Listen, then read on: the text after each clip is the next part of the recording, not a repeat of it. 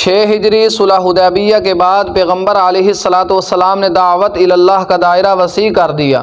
آپ صلی اللہ علیہ وسلم نے عرب و عجم کے بادشاہوں کے نام 8 خطوط لکھے، ان کو اسلام کی دعوت دی گئی۔ ان خطوط میں ایک خط آپ صلی اللہ علیہ وسلم نے یمامہ کے سردار ثمامہ بن اسال رضی اللہ تعالی عنہ کے نام پر بھی لکھا۔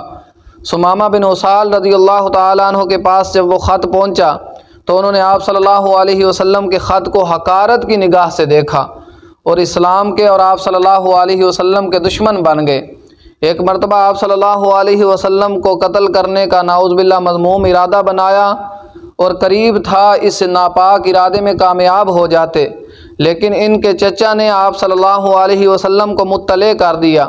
اللہ تعالیٰ نے آپ صلی اللہ علیہ وسلم کو بچا لیا اور محفوظ رکھا، لیکن ثمامہ بن اسال رضی اللہ تعالیٰ عنہ جو اس وقت مسلمان نہیں تھے، وہ موقع کی طاق میں رہتے تھے کہ میں اسلام کو نقصان پہنچاؤں اور مسلمانوں کو نقصان پہنچاؤں۔ آپ صلی اللہ علیہ وسلم کے چند صحابہ کا محاصرہ کر کے ان کو بے دردی کے ساتھ شہید کر دیا گیا، قتل کر دیا گیا۔ آپ صلی اللہ علیہ وسلم کو جب اس بات کے بارے میں پتہ چلا تو آپ صلی اللہ علیہ وسلم کو بڑا صدمہ ہوا۔ آپ صلی اللہ علیہ وسلم نے اعلان کر دیا کہ ثمامہ جہاں بھی ملے ان کو قتل کر دیا جائے، اور آپ صلی اللہ علیہ وسلم نے ثمامہ کے قتل کو مباح قرار دے دیا۔ چنانچہ اس سے چند دن بعد ثمامہ بن اسال یمامہ سے مکہ کی طرف عمرہ کرنے کے لیے جا رہے تھے۔ صحابہ کی ایک جماعت نے ان کو پکڑ لیا، جو جماعت آپ صلی اللہ علیہ وسلم نے مدینہ کی حفاظت کے لیے ترتیب دی ہوئی تھی۔ صحابہ نے ان کو پکڑ کر لا کر مسجد نبوی کے ستون کے ساتھ باندھ دیا کہ آپ صلی اللہ علیہ وسلم تشریف لائیں گے، ان کے متعلق جو حکم دیں گے اس پر عمل کیا جائے گا۔ آپ صلی اللہ علیہ وسلم جب تشریف لائے، آپ صلی اللہ علیہ وسلم نے دیکھا یہ تو وہی ثمامہ بن اسال ہے جو اسلام کے بھی دشمن ہے اور میرے بھی دشمن ہے۔ آپ صلی اللہ علیہ وسلم نے صحابہ سے پوچھا تم جانتے ہو یہ کون ہے؟ صحابہ نے عرض کی یا رسول اللہ ہمیں معلوم نہیں ہے یہ کون ہے۔ تو آپ صلی اللہ علیہ وسلم نے فرمایا یہ یمامہ کے سردار ثمامہ بن اسال ہیں۔ پھر آپ صلی اللہ علیہ وسلم نے صحابہ کو حکم دیا احسنوا اسارہ، اپنے اس قیدی کے ساتھ حسن سلوک کرو، اور آپ صلی اللہ علیہ وسلم نے گھر والوں کو حکم بھیجا کہ گھر میں جو کچھ کھانے پینے کا موجود ہے وہ ثمامہ کے پاس بھیج دیا جائے اور ان کو صبح و شام کھانا دیا جائے۔ پھر آپ صلی اللہ علیہ وسلم نے صحابہ کو حکم دیا میری اونٹنی کا دودھ نکال کر صبح و شام ان کو پلایا جائے۔ آپ صلی اللہ علیہ وسلم وہاں سے چلے گئے۔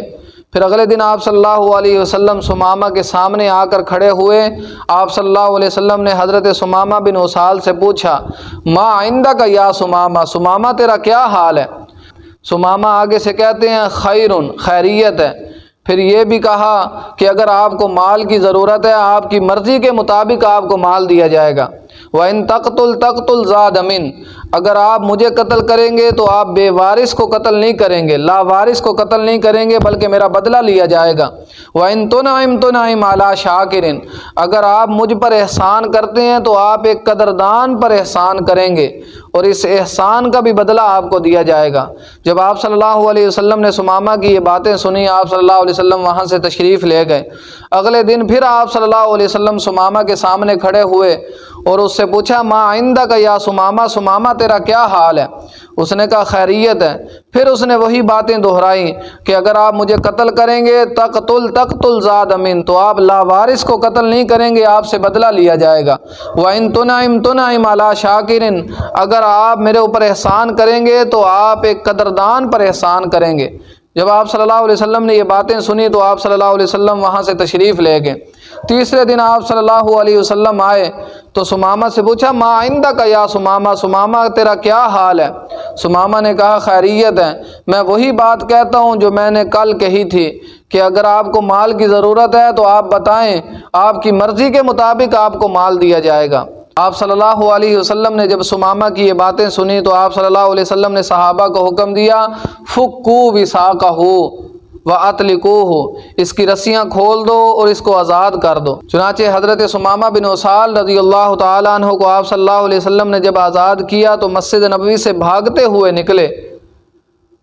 مدینہ منورہ کے اندر ایک باغ تھا، اس کے اندر کنواں تھا، وہاں جا کر غسل کیا، اچھے طریقے سے غسل کر کے پھر آپ صلی اللہ علیہ وسلم کی خدمت میں تشریف لائے۔ جب آپ صلی اللہ علیہ وسلم نے حضرت ثمامہ کو دور سے آتے ہوئے دیکھا تو کہا سمامہ ہم نے تو تم کو آزاد کر دیا تھا، پھر واپس کیوں آتے ہو؟ سمامہ نے کہا آپ نے مجھے آزاد نہیں کیا بلکہ ہمیشہ کے لیے اپنا غلام بنا لیا۔ چنانچہ آپ صلی اللہ علیہ وسلم کی خدمت میں آ کر کلمہ پڑھا، اشہد ان لا الہ الا اللہ و اشہد ان محمدًا عبدہ و رسولہ، کلمہ پڑھ کر مسلمان ہو گئے۔ پھر ساتھ یہ بھی عرض کی، یا رسول اللہ زمانہ جاہلیت کے اندر مجھ سے بہت بڑا گناہ ہوا کہ میں نے آپ کے چند صحابہ کو شہید کر دیا۔ آپ صلی اللہ علیہ وسلم نے فرمایا پریشان ہونے کی ضرورت نہیں ہے، اللہ تعالیٰ کا یہ حکم ہے ان الاسلام یہدم ما کان قبلہ، کہ اسلام سے پہلے جتنے بھی گناہ ہوئے اللہ تعالیٰ وہ سب معاف فرما دیتے ہیں۔ یہ آپ صلی اللہ علیہ وسلم کے اخلاق عالیہ ہیں کہ آپ صلی اللہ علیہ وسلم نے دشمنوں کے ساتھ بھی کیسا سلوک کیا کہ ان کو اپنا گرویدہ بنا لیا۔